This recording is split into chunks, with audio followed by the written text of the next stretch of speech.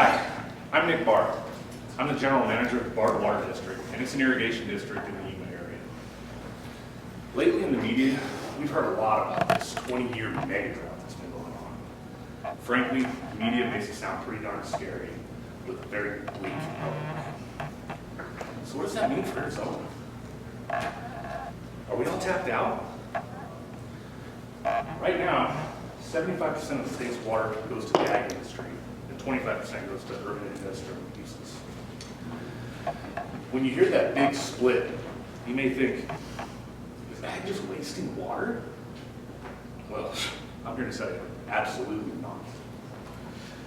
In fact, just in the last 2 decades, rotational crops alone have reduced their per acre water use by 24 to 56%, just through changing growing practices and technological advancements. Yet the drought persists.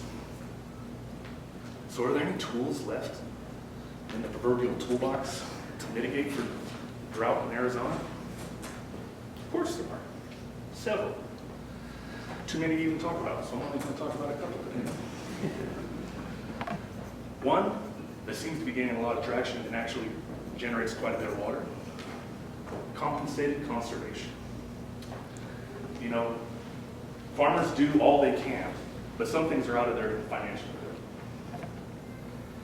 If funds were made available to help them improve their efficiency, lining canals, fixing leaky gates, other infrastructure improvements, we could save a lot of money. Other areas could be fallowing programs. If they're financed to set aside a portion of their land in times when they don't necessarily need to grow, or it's a low economic value crop, it could be made to conserve more water that way. In my district, we participate in a seasonal fallowing program where farmers are paid to not grow during the hot summer months when it's less economic viable crops. Saves a tremendous amount of water.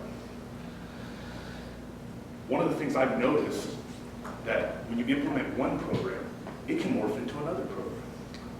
In my fallowing program alone, farmers that participate in this fallowing program tend to utilize that time that they're not growing to do their own infrastructure improvements, line their canals, repair their gates, and do other infrastructure projects that only promote better water use.